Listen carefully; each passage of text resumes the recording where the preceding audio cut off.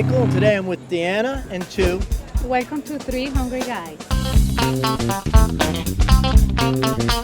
And we're inside the Beltline in Raleigh, and we're at a place called Taste, a wine bar that is known for both wine and good food. I've been going to lots of wine bars in the area because I'm a wine guy. I can never find good food and good wine. It's one or the other. This place has it all. So we're going to enjoy a meal here today and tell you what it's all about. We've been coming here for probably since they opened. The craft beer selections are amazing. The Beltline sliders are definitely a favorite, and the bruschetta is the best in town. The food is great. It's a great place for girls to come, you know, single women. And couples. And couples. It's great for anybody.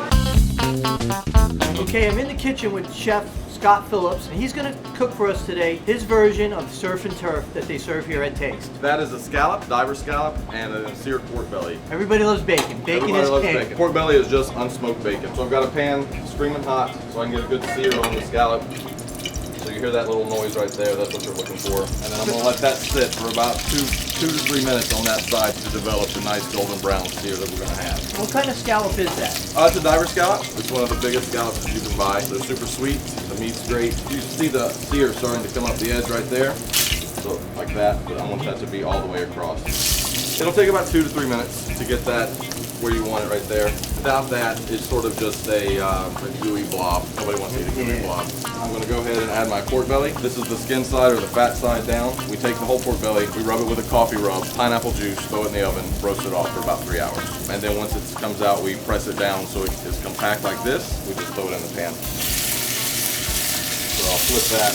The scallop on the other side only takes a couple minutes. You just want it to be medium rare all the way through. So it's going to go in the oven.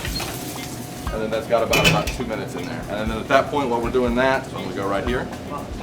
So this is a cashew hummus, and I take cashews and I boil them down sort of like the concept of the salted peanut. Boil that down, cook them for about 35 minutes to an hour. I puree them with lard and roasted garlic oil. Put a dollop of that on the plate, streak it across like that. And this is just a pesto, cilantro, some sherry vinegar, some arugula, salt, a little bit of sugar. And then this is a pineapple relish, pineapple, jalapeno, red onion, fish sauce, some sriracha, super simple. And then that'll go on top of the pork belly and the scallop. Yeah, pork belly and scallop. This is the pineapple gastrique that I was telling you about. I take pineapples, puree them, with a little bit of juice, some rice wine vinegar, cumin, fennel seed, reduce that down until it looks like this. And I paint that over the top of that. Then the heat from the pork belly will go ahead and just melt that down over the top. Then I'm gonna come back over here, and then the plating for this is super easy. Just the scallop there, pork belly like that. Drain out the liquid that leaches out of the pineapple, straight down on top of the pork belly like that. And then I'm gonna garnish that with some green onion threads. That's the dish. It's a beautiful dish. So I think this is the best part of our job. Let's start with the pork belly first. I love pork belly. I love bacon. The pork belly is just like perfect. It kind of melts in your mouth. Yeah, pork belly is better than bacon. It's like the Mac Daddy of If you had to choose for the rest of your life, bacon or pork belly? Oh, pork belly. Pork bellies are good. But it's so much more richer. You can't like eat a ton of it. For Yeah. bacon, you can eat like a slab a day. So now we're going to try the scallop. It's so good and it's sweet. And the way it's cooked, it's like cooked perfectly. And that's what's great about this place. It's small plates made for sharing. One of the great things about being here is that, Taste is really a wine bar, so there's a great variety and selection of wines. I'm going to work on the tamale dish that everybody loves. So this is a polenta. This is the masa part of the tamale. We take the polenta, which is just cornmeal anyway, and we make a corn broth, cook the polenta in that with 50-50 cream, 50% corn broth. And then we add the polenta to that, cook that for about 20 to 30 minutes. And then after it's finished, we season it with salt and pepper, goat cheese, and more lard. And then here we have a pork shoulder. It's local pork, Heritage Farms. They have some of the best pork in the nation. We roast that for 8 hours, and then when it comes out, we break it down to look like that. Come over here, and I'll plate this dish because it's ready to go. So the polenta goes in the bottom of the bowl. This is one of our most popular dishes. Then the pork gets nestled right there. This is a fire roasted salsa. So we take heirloom tomatoes, jalapenos, onions, cilantro, garlic, grill all that off, puree it all up. And then this is a house pickle, onions and carrots. And then this is some feta. And then that gets topped off with just a little bit of cilantro as just a little accent. That's that dish.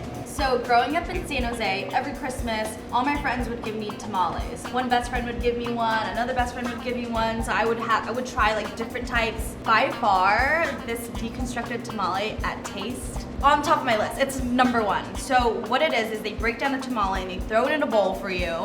It's by far the best thing that I've had here. It's my favorite. Why did they give you tamales? You're Asian, not Mexican. Okay. This is the best.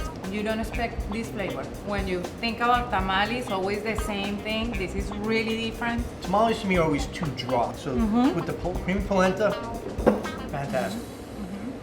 So what I'm going to do now is the chicken and waffle. What I have here is chicken thighs. We bring them in, I debone them, then we roast them off, spice them with a super heavily with a spice rub, smoked paprika, garlic, chipotle, coriander, and then we bread it. And then we roast that off for about 30 minutes until it's cooked all the way through. Dredge it in flour, and it goes into the pan, just enough to crisp it up. That takes about 2 minutes on each side. I'm going to go ahead and flip that, because that's about what you're looking for right there.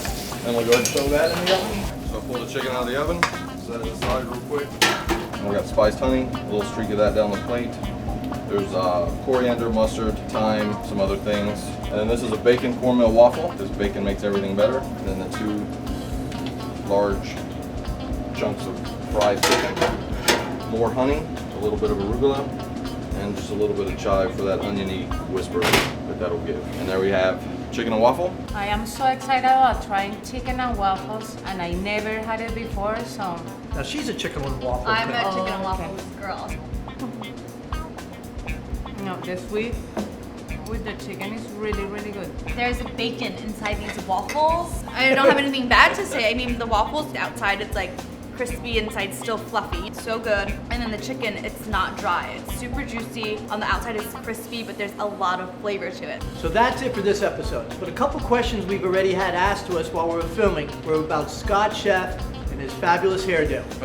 And the questions were, how does he get a chef hat on top of that head? And how much hair gel does he have to use in the morning? This is my chef hat, and then it takes a substantial amount of their product to get this to do this every day. There's technique behind that. There's technique behind that. So we've got a hair care product company that'll be knocking on his door for him doing endorsements soon. Absolutely fantastic. And everybody here is so friendly. It's like, it is a neighborhood place. They don't have any TVs in the place. They want people to interact and talk with each other. Sit at the bar, have a conversation. It's about meeting people and friends and family. And that's what it's all about here.